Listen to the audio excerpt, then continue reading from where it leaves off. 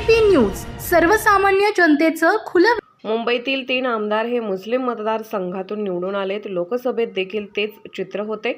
त्यामुळे निश्चितच हिंदुत्वाचा मुद्दा सोडला आहे. खरी शिवसेना ही एकनाथ शिंदे यांनी वाचवली आहे. महापालिकेसाठी हिंदुत्वाचा जागर करायला सुरुवात केली आहे. जे विधानसभेत झाले तेच महापालिका निवडणुकांमध्ये होणार. विरोधी पक्षाचे ते कामच आहे. स्थगिती सरकारने दिलेली नाही. हिंदुस्थान एक आहे. प्रत्येक नागरिकाला कुठेही जाण्याचा अधिकार आहे. कर्नाटक सरकारच्या धोरणाचा आम्ही निषेध करतो. केंद्र सरकारने कर्नाटक सरकारवर कारवाई करावी. एकनाथ शिंदे हे जेव्हा बेळगावचे आंदोलन झाले तेव्हा 1.25 महिने छगन भुजबळ यांच्यासोबत राहिले आहेत. त्यावेळी राऊतांच्या हातामध्ये बिनशाहीचा पेन होता. घटलेली आहे. काय एकंदरीत लाचखोरांना अभय दिलं जात आहे की पारदर्शकता वाढलेली आहे कारभारात? हे बघा, देशामध्ये म्हणा किंवा राज्यामध्ये म्हणा की आता पारदर्शकता वाढलेली, याचाच अर्थ असा होतो की 16% ज्यावेळेस लाचखोरी घटते त्याचा अर्थ असा होतो की सरकारने केलेली कामं, लोकप्रतिनिधींनी ठेवलेलं लक्ष आणि अधिकाऱ्यांनी केलेले सहकार्य, याच्या तिघांच्या त्रिसूत्री कार्यक्रमामध्ये निश्चितपणाने चांगलं काम झाल्यामुळे या ठिकाणी हा जो रिपोर्ट आपल्याकडे आला आहे 16% कमी होण्याचा, तो सिद्ध करतोय की सरकारने चांगलं काम केलं. कोकणातील एक व्हिडिओ समोर येतो ज्यामध्ये ठाकरे गटातील काही नेते शपथ घेताना कार्यकर्त्यांना पाहायला मिळाले आहेत मुस्लिम मतांसंदर्भामध्ये. हे बघा, आपण मुंबईमध्ये पण नजर टाकली तर आता 3 आमदार हे मुस्लिम मतदारसंघातून त्यांचे निवडून आले. त्याच्यामध्ये भायखळा असेल, बांद्रा असेल, या ठिकाणी त्यांनी मुस्लिम लोकांच्या भरोश्यावर आपले 3 आमदार निवडून आणलेले. लोकसभेमध्ये तेच चित्र होतं. त्याच्यामुळे निश्चितपणाने त्यांनी हिंदुत्वाचा मुद्दा सोडलाय. त्यांनी मराठी माणसाच्या न्याय हक्काचा मुद्दा सोडलाय. खरी शिवसेना जर कोणी वाचवली असेल तर ती एकनाथरावजी शिंदे साहेबांनी, बाळासाहेबांच्या विचाराची शिवसेना वाचवलेली आहे. आणि कालचा प्रयत्न आपण त्यांचा पाहिला असेल की त्यांच्या लक्षात आलं की आता हिंदुत्व सुट्ट आहे, म्हणून त्यांनी आता सपा नालायक आहे, सपा अशी आहे, सपा तशी आहे, म्हणजे एकीकडे हिंदुत्वाचा जागर करण्याकरता पुन्हा त्यांनी आता तोंड बाहेर काढलंय. कारण की महापालिका हा पोपटातला जीव आहे.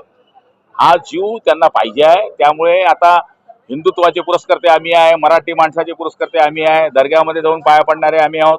हे नौटंकी जी चालली आहे लोकांच्या लक्षामध्ये आलेली आहे. पण लक्षात ठेवा, येणाऱ्या महापालिकेमध्ये ज्याप्रमाणे विधानसभेमध्ये झालं त्याचप्रमाणे महापालिकेमध्ये सुद्धा यांना सपाटून मार खावा लागणार. अजित पवार आणि चंद्रबाबू नायडूंना आता क्लीन चिट मिळाल्यानंतर काँग्रेसच्या खासदारांनी संसदेमध्ये स्थगन प्रस्ताव आणलेला आहे. अशा प्रकारे बघता या प्रस्ताव. हे बघा, आता विरोधकाचं कामच आहे ते. शेवटी स्थगन प्रस्ताव काही सरकारने स्थगिती काही सरकारने दिलेली नाही. ज्या एजन्सीने स्थगिती दिली किंवा ज्या कोर्टाने स्थगिती दिली त्यांना त्याच्यामध्ये काही निघालं नसेल म्हणून तो निष्पन्न झाला आहे.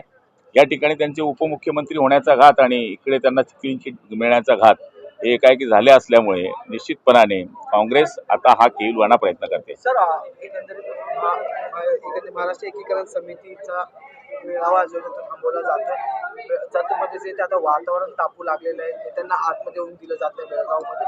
कसं बघतात या घटना? बघा, हिंदुस्थान एक आहे. हिंदुस्थानाच्या प्रत्येक नागरिकाला हिंदुस्थानामध्ये कुठेही जाण्याचा अधिकार आहे, कुठेही सभा घेण्याचा अधिकार आहे, कुठेही तो जाऊ शकतो. पण माझ्या माहितीप्रमाणे हे जे आडमोठे धोरण या कर्नाटक सरकार करताय त्याचा आम्ही निषेध करतो. आणि असं त्यांचं म्हणणं असेल की असं केल्याने आम्ही जाऊ शकत नाही, तर शिवसेनेचे लोक तिथे जाणार आणि या अशा प्रकारच्या वागणाऱ्या सरकारवर केंद्र सरकारने कारवाई करावी अशी शिवसेनेची मागणी आहे. त्याला जोडून संजय राऊत म्हणतात की एकनाथ शिंदे कधीच बेळगावात गेले नाहीत कारण की त्यांना अटकेची भीती आहे.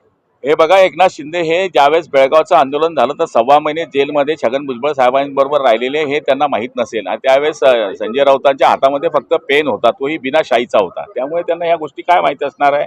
हे नगदा आलेलं हे बावलं काही सांगत असेल तर त्याच्यावर आमचा काही बोलण्याचा निश्चितपणे आम्हाला काही बोलावं असं वाटत नाही. रात्री एकनाथ शिंदे फडणवीसांची भेट झालेली आहे. काय वाटतं, मंत्रिमंडळासंदर्भातील अंतिम चर्चा झाली का? विस्तार या आठवड्यात तरी होईल का? मला त्याच्यातलं काहीच माहित नाही. शेवटी हा त्यांचा अधिकार आहे. नागपूरमध्ये जतमध्ये शिवाजी महाराज आणि अफजल खानाचा जो वध केला होता त्याचे पोस्टर होते ते फाडण्यात आले. असा आरोप जो आहे तो गोपीचंद पडळकर यांनी थेट पोलिसांवर केलेला. पोलिसांनी हे बॅनर फाडले, महाराजांचे बॅनर फाडले, अशी चर्चा आता सुरू झालेल्या आहेत. निश्चितपणे असं काही झालं असेल तर त्या ठिकाणी चौकशी केली पाहिजे आणि ज्या माणसाने काही केलं असेल त्याच्यावर कारवाई केली पाहिजे. नागपूरमध्ये नागपूरमध्ये अनेक ठिकाणी जुगार आणि मटक्याचे अड्डे सुरू आहेत. पोलिसांना अनेक ठिकाणची माहिती असूनही कारवाई केली जात नाही. या संदर्भात काही तुम्ही पाठपुरावा करणार आहात का? विधिमंडळात प्रश्न उपस्थित केले?